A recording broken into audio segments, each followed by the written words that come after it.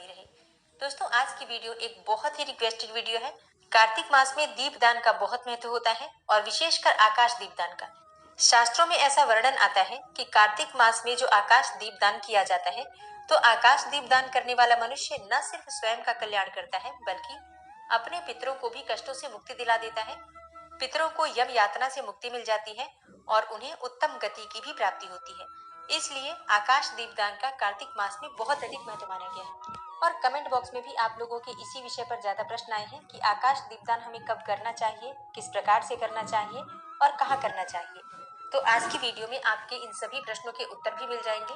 और कार्तिक मास में दीपदान किस प्रकार से करना चाहिए, मतलब कोई भी दीपदान जो हम करते हैं प्रतिदिन, क्योंकि देखिए कार्तिक मास में दीपदान तो हम सभी करते हैं, लेकिन किन स्थानों पर दीपदान करने से किस फल की प्राप्ति होती है, कहाँ दीपदान करने से संतान प्राप्ति की कामना पूर्ण होती है, कहाँ दीपदान करने से लक्ष्मी की प्राप्ति होती है, किन स्थानों पर दीपदान करने से पितरों को यम यातना से मुक्ति मिलती है और किन स्थानों पर दीपदान करने से स्वयं माँ लक्ष्मी और श्री हरि विष्णु आपके घर में स्थिर वास करते हैं।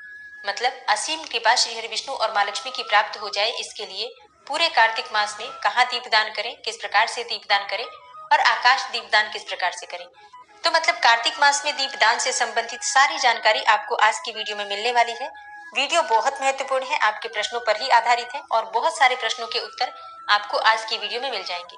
तो वीडियो को पूरा जरूर देख लीजिए और अच्छी लगे वीडियो तो लाइक तो जरूर ही किया कीजिए, क्योंकि आपके लाइक्स, आपके कमेंट्स मेरे लिए बहुत महत्वपूर्ण होते हैं। ये एकमात्र जरिया है जिनसे मुझे पता चलता है कि आपको ये वीडियो अच्छी लगती है और आपके लिए ये वीडियो उपयोगी है। तो अगर वीडियो अच्छी लगे तो लाइक तो जरूर ही किया कीजिए। तो सबसे पहले जानते हैं कि दीपदान होता क्या है, क्योंकि कई प्रश्न आते हैं कि दीपदान का मतलब क्या, हम दीपक को किसी को दान करें। देखिए, दीपदान का मतलब होता है दीपक को प्रज्वलित करना और उसे प्रज्वलित करके सही स्थान पर रखना। मतलब जिस भी देवी देवता के निमित्त आप दीपदान करते हैं, उनके समक्ष दीपक प्रज्वलित करके और उन्हें समर्पित करने को हम दीपदान कहते हैं। और स्थान विशेष के अनुसार हम दीपदान करते हैं, जैसे कि देव मंदिर में करते हैं दीपदान, विद्वान ब्राह्मण के घर में भी आप जाकर दीपदान कर सकते हैं, किसी नदी के किनारे या फिर जलाशय के किनारे, पोखर अगर आपके घर के आसपास हो तो पोखर के किनारे, या फिर कोई सरोवर हो अगर आपके घर के आसपास तो वहां पर दीपदान आप कर सकते हैं। इसके अलावा नदी में भी दीपदान किया जाता है, किसी सरोवर में भी आप दीपदान कर सकते हैं जल के अंदर। जैसे कि एक पत्तल में आप दीपक रख दीजिए प्रज्वलित करके और इसे जल में प्रवाह कर देते हैं, इसे जल के अंदर दीपदान कहा जाता है। इसके अलावा दुर्गम स्थानों पर दीपदान करने का अत्यंत श्रेष्ठ महत्व माना गया है। दुर्गम स्थान मतलब कोई ऐसी जगह जहाँ पर लोगों का आवागमन कम होता हो, या फिर खतरनाक जगह जैसे कई होती हैं जहाँ पहाड़ी है या फिर जंगल है, ऐसे स्थानों पर अगर आप दीपदान करते हैं तो कोई व्यक्ति या फिर कोई भी जीव जो आने जाने वाले हैं उनको प्रकाश मिलता है और उनको मदद मिलती है। तो इसलिए दुर्गम स्थानों पर दीपदान किया जाता है। इसके अलावा खाली स्थान जैसे कि मैदान हो खुला, वहां पर दीपदान करते हैं अगर आप, तो इसे भी श्रेष्ठ माना जाता है।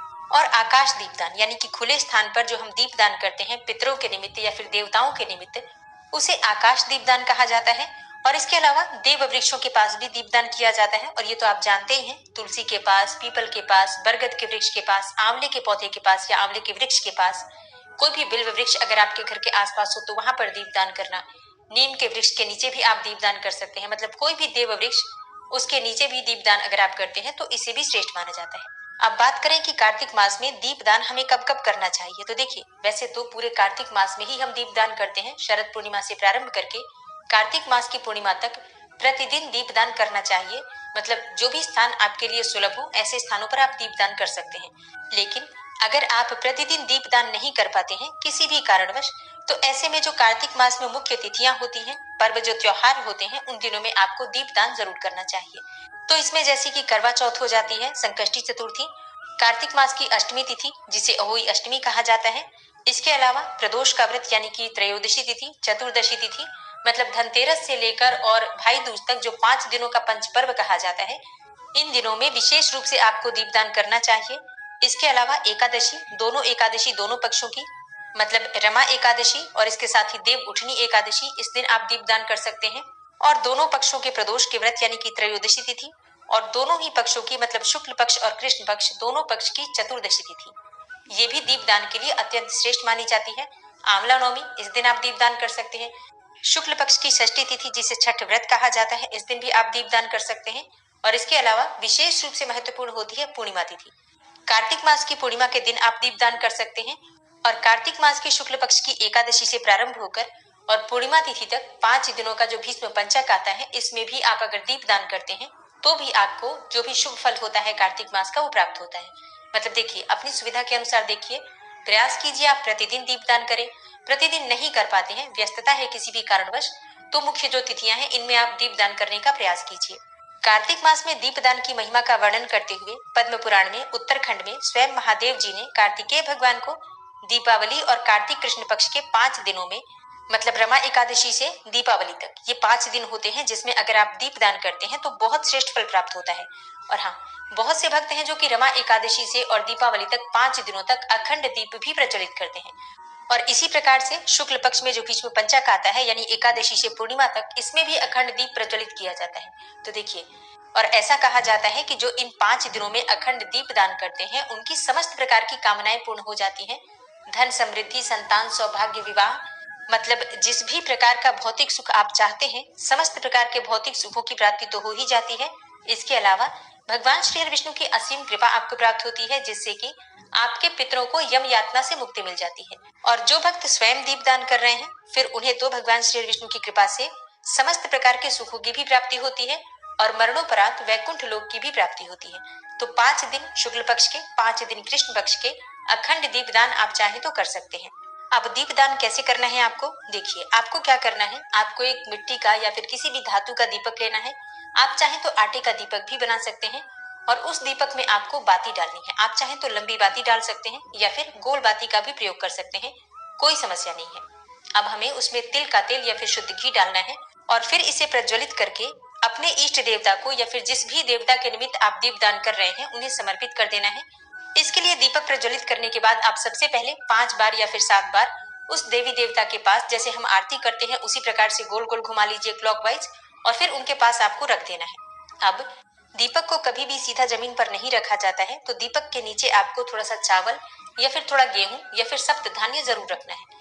खाली जमीन पर, मतलब सीधे जमीन पर कभी भी दीपक नहीं रखना चाहिए, इससे दोष लगता है। और अब जानते हैं कि किस देवी देवता के लिए किस समय आपको दीपदान करना चाहिए। तो देखिए, श्री हरि विष्णु के लिए दीपदान सुबह और शाम दोनों समय आप कर सकते हैं। मतलब सुबह आप ब्रह्म मुहूर्त में भी कर सकते हैं और शाम को संध्या काल में भी कर सकते हैं। और भगवान शिव के लिए जो दीपदान किया जाता है शिव मंदिर में, वो शाम को प्रदोष काल में किया जाता है। जैसा कि आप सभी जानते हैं, भगवान शिव को प्रदोष काल बहुत प्रिय है, इसलिए उनके निमित्त जो भी हम दीपदान करते हैं प्रदोष काल में करें तो ज्यादा श्रेष्ठ होता है। और तुलसी माता के पास आप दीपदान सुबह और शाम दोनों समय कर सकते हैं। पितरों के लिए अगर आप दीपदान करना चाहते हैं तो शाम के समय यानी कि संध्या काल के समय खुली जगह पर दान किया जाता है, जैसे कि छत पर या फिर घर के मुख्य द्वार पर। और हाँ, जब हम पितरों के लिए दीपदान करते हैं तो हमारा मुख दक्षिण की तरफ होना चाहिए या फिर पश्चिम दिशा की तरफ। बाकी जो स्थान होते हैं, जैसे कि पीपल का वृक्ष हो या फिर बरगद का वृक्ष हो या फिर बिल्व वृक्ष के नीचे या फिर कोई भी देव वृक्ष जो होता है, तुलसी के अलावा बाकी जो देव वृक्ष होते हैं, वहां पर आप शाम के समय संध्या काल में दीपदान कर सकते हैं।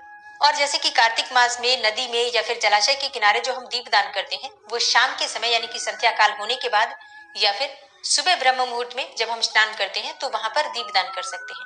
देखिए, दीपदान का मतलब होता है अंधेरे में दीप प्रज्वलित करना। तो जब भी हम दीपदान करें, इस बात का ध्यान रखें कि दीपदान हम या तो शाम को प्रदोष काल में करें, प्रदोष काल के बाद करें, और अगर सुबह करते हैं तो ब्रह्म मुहूर्त में कर लीजिए, मतलब सूर्योदय होने से पहले आप दीपदान जरूर कर लीजिए। और इसके बाद जो अगला प्रश्न आता है कि दीपक की लौ किस तरफ रखें। देखिए, दीपक की लौ हमेशा या तो पूर्व दिशा की तरफ होनी चाहिए या फिर उत्तर दिशा की तरफ। और अब बात करें कि आकाश दीपदान हमें कब करना चाहिए, किस प्रकार से करना चाहिए और कहाँ करना चाहिए। तो देखिए, आकाश दीपदान का मतलब होता है आकाश में दीपदान करना। अब आकाश में जाकर तो हम दीपदान कर नहीं सकते, फिर हम क्या करेंगे, अपने घर की छत पर यानी कि खुले स्थानों पर हमें दीपदान करना है। तो या तो अपने घर की छत पर आप दीपदान करेंगे या फिर जो घर के बाहर कहीं कोई खुला मैदान हो तो वहां पर भी जाकर आप दीपदान करते हैं अगर, तो उसे भी आकाश दीपदान कहा जाता है। मतलब बिल्कुल खुले स्थान में जहाँ पर खुला आकाश आपको दिखाई दे, वहां पर हम आकाश दीपदान करते हैं। तो देखिए, दीप प्रज्वलित करने की जो प्रक्रिया है बिल्कुल वही होगी। मिट्टी का दीपक आप ले लीजिए या फिर चाहे तो धातु का भी ले सकते हैं। अगर घर की छत पर आप जला रहे हैं तब तो आप धातु का दीपक भी ले सकते हैं प्रतिदिन धोकर, और प्रतिदिन उसी दीपक में फिर से दीपदान आप कर सकते हैं। लेकिन दीपक आपको प्रतिदिन धोना जरूर है, गंदे दीपक में आपको दीपदान नहीं करना है।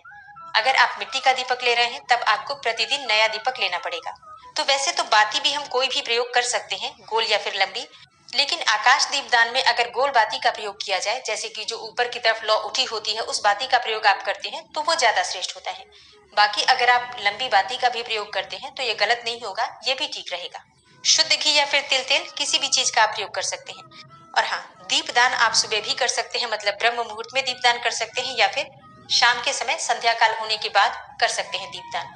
दीपदान करते समय आपको ध्यान रखना है, सबसे पहले तो आप शुद्ध अवस्था में हो, या तो आप हाथ पांव मुंह धोकर वस्त्र बदल लीजिए या फिर स्नान कर लीजिए। जैसे कि शाम को कार्तिक मास में स्नान करने के बाद ही हम पूजा कर रहे हैं तो स्नान कर लीजिए, फिर सारी पूजा एक साथ ही संपन्न हो जाती है।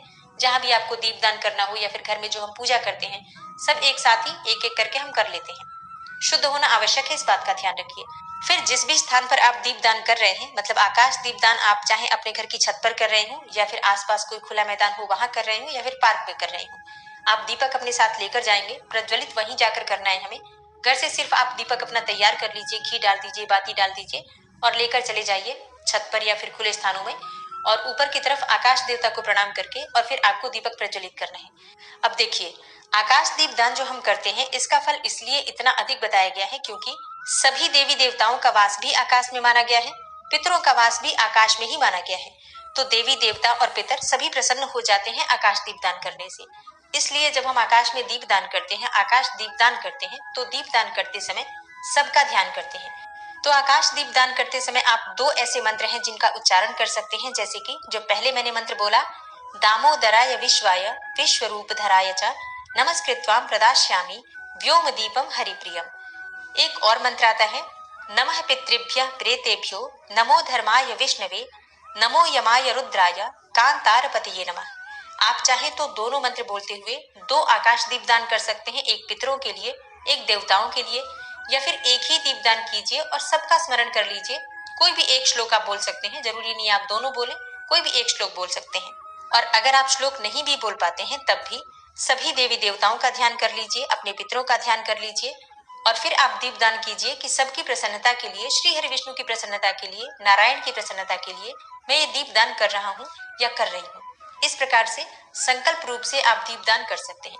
आप चाहे तो शरद पूर्णिमा से, जैसे कि प्रारंभ हुई है शरद पूर्णिमा, तब से लेकर कार्तिक पूर्णिमा तक प्रतिदिन आकाश दीपदान कर सकते हैं, या फिर अगर आपने अब तक नहीं किया है दीपदान तो आज से भी प्रारंभ कर सकते हैं और प्रतिदिन दीपदान कर सकते हैं। मान लीजिए कि आप हर रोज दीपदान नहीं कर पाते हैं, समय नहीं मिलता है आपको, तो जो भी मुख्य तिथियां मैंने आपको बताई हैं वीडियो में, उन दिनों में आप दीपदान कर सकते हैं। और हाँ, जब भी आप दीपदान करते हैं तो दीपक के नीचे आपको थोड़ा सा चावल या फिर कोई भी अन्न जरूर रखना है। चाहे आप पार्क में जाकर भी दीपदान कर रहे हैं या फिर खुले मैदान में भी दीपदान करने जा रहे हैं, तो अपने साथ थोड़ा सा चावल या फिर गेहूं ले लीजिए या फिर सप्तधान्य ले लीजिए और दीपक प्रज्वलित करने से पहले थोड़ा सा अनाज रख दीजिए जमीन पर और वहीं पर आपको दीपदान करना है। मंदिर जा रहे हैं तब भी आपको ये कार्य जरूर करना है। सीधे जमीन पर दीपक नहीं रखना है, इस बात का आपको बिल्कुल ध्यान रखना है। और अब जानते हैं कि किन स्थानों पर दीपदान करने से आपको किस फल की प्राप्ति होती है। देखिए, अगर आप किसी मंदिर में, नदी के किनारे या फिर सड़क पर आप दीपदान करते हैं या फिर अपने सोने के कमरे में दीपदान करते हैं तो उससे सर्वतोमुखी लक्ष्मी प्राप्त होती है। मतलब हर तरफ से आपको लक्ष्मी की कृपा प्राप्त होती है और हर प्रकार की लक्ष्मी आपको प्राप्त होती है, जैसे कि अष्ट लक्ष्मी जिसे कहा जाता है, धन लक्ष्मी, संतान लक्ष्मी, गज लक्ष्मी, आदि लक्ष्मी। इस प्रकार से 8 प्रकार की लक्ष्मी होती है। हर प्रकार की लक्ष्मी आपको प्राप्त हो जाती है इन स्थानों पर अगर आप दीपदान करते हैं तो। और हाँ, जैसे कि मैंने बताया आपको कि सोने के कमरे में आप दीपदान कर सकते हैं, तो जी हाँ, बिल्कुल सोने के कमरे में दीपदान करने का वर्णन हमारे शास्त्रों में आता है और सुबह और शाम दोनों समय आप अपने सोने के कमरों में या फिर बच्चों के सोने के कमरों में भी दीपदान कर सकते हैं। शास्त्रों के अनुसार जो मनुष्य मंदिर में दीपदान करता है वह विष्णु लोक को जाता है। जो कीट और कांटों से भरी हुई दुर्गम एवं ऊंची नीची भूमि पर दीपदान करता है वह कभी भी नरक में नहीं पड़ता। महादेव की प्रसन्नता के लिए जो मनुष्य शिव मंदिर में प्रदोष काल में दीपदान करता है, ऐसा मनुष्य कुबेर के समान धनवान होता है और उसको शिवलोक की प्राप्ति होती है। शास्त्रों में ऐसा कहा गया है कि दीपदान करने वाला पुरुष परलोक में दिव्य नेत्र प्राप्त करता है और दीपदान करने वाले मनुष्य निश्चय ही पूर्ण चंद्रमा के समान कांतिमान होते हैं। ऐसा कहा गया है कि जितने पलकों के झपकने तक दीपक जलता है उतने वर्षों तक दीपदान करने वाला मनुष्य रूपवान और बलवान बना रहता है और उतने वर्षों तक उसे स्वर्ग लोक की प्राप्ति होती है। तो दीपदान करने का महत्व हमारे शास्त्रों में इतना अधिक बताया गया है कि ये कार्य तो सबको जरूर करना चाहिए। अब जैसे कि कुछ लोगों के प्रश्न आते हैं कि हम अपने घर में तुलसी के पास जो दीपक प्रज्वलित करते हैं घर की छत पर, क्या इसे दीपदान कहा जाएगा? नहीं, देखिए, तुलसी के पास जो हम दीपदान करते हैं वो तुलसी के निमित्त कर रहे हैं, लेकिन अगर आप आकाश दीपदान करना चाहते हैं तो उसके लिए आपको अलग से दीपक लेना होगा, फिर आकाश देवता को समर्पित करना होगा उस दीपदान को। इस प्रकार से आप आकाश दीपदान अपने घर की छत पर कर सकते हैं। तुलसी के लिए अलग, आंवले के लिए अलग कर सकते हैं, श्री हरि विष्णु और भगवान शिव के लिए या फिर पितरों के लिए भी अलग अलग आकाश दीपदान आप कर सकते हैं। तो दोस्तों, ये है आज की वीडियो जिसमें दीपदान से संबंधित संपूर्ण जानकारी मैंने आपसे शेयर की है। उम्मीद करती हूँ आपके सभी प्रश्नों के उत्तर इसी वीडियो से मिल जाएंगे। और दोस्तों,